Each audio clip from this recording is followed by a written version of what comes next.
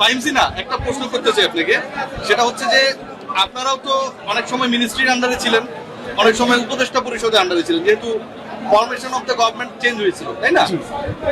Mutual respect সবসময় স্পোর্টসে থাকে। গতকালকে আমাদের ক্রীড়া প্রতিমন্ত্রী আমিনুল হক তাকে একটা লাইভ শোতে গিয়ে ক্রিকেট বোর্ডের একজন সিটিং ডিরেক্টর আসিফ আকবর তিনি বললেন যে তিনি বিভিন্ন সময় হিরোইজম দেখানোর চেষ্টা করেন, তিনি একজন ফাটা কেষ্ট। এই যে কথাগুলো বললেন, এগুলো কি আপনার কাছে মনে হয় যে একটা মন্ত্রণালয়ের দায়িত্বশীল একজন মন্ত্রীকে ছোট করার জন্য ইন্টেনশনালি বলা হয়েছে?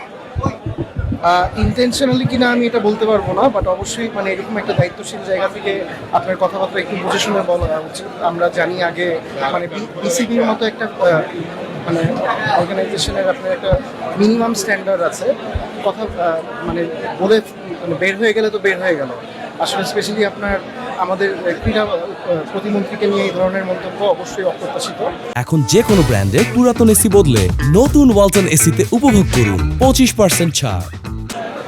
আমরা রিকোয়েস্ট করব, আগেও বিভিন্ন আমাদের গ্রুপের মধ্যেই বিভিন্ন লোকজন বলেছে, মানে অনেক ধরনের বেফাঁস মন্তব্য আমরা বিসিবি ডাইরেক্টর থেকে দেখেছি, এগুলো থেকে তারা বিরত থাকুক এই অনুরোধ জানাবো আর কি। টাইমসি না, দেখেন এর আগেও তো আরো দুজন ছিলেন, আসিফ মাহমুদ সচিব দায়িত্বে ছিলেন এবং তারপর আসিফ নজরুলকে আমরা দেখেছিলাম স্পোর্টসের দায়িত্বে, মন্ত্রণালয়ের দায়িত্বে, কিন্তু তাদেরকে নিয়ে কখনো বিসিবির এন্ড থেকে নেগেটিভ এরকম বাজে অ্যাপ্রোচ লাইভ শোতে গিয়ে বাজে অ্যাপ্রোচ হয় নাই। আমিনুল হকের বেলায় খুবই উচ্চকণ্ঠ, মানে এটা কেন, কি মনে হয়?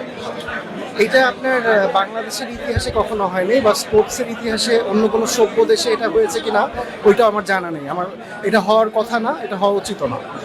যেটা করেছে এটা কি আপনি অপ্রত্যাশিত মনে করেন? হ্যাঁ অবশ্যই, আমি বললাম অপ্রত্যাশিত। এটা সামনে কোথায় যাবে ইনশাল্লাহ, এটা দেখা যাক কি হয়। এমনিতে আপনাদের যেহেতু সবাই বিষয় না হয়, ক্লাবের স্বার্থেও তো আপনারা অনেক কিছু চিন্তা করবেন বা বলবেন। একটু ক্লাবের স্বার্থে আপনারা তো ক্লাবের একটা অংশ, তো ক্লাব হ্যাঁ,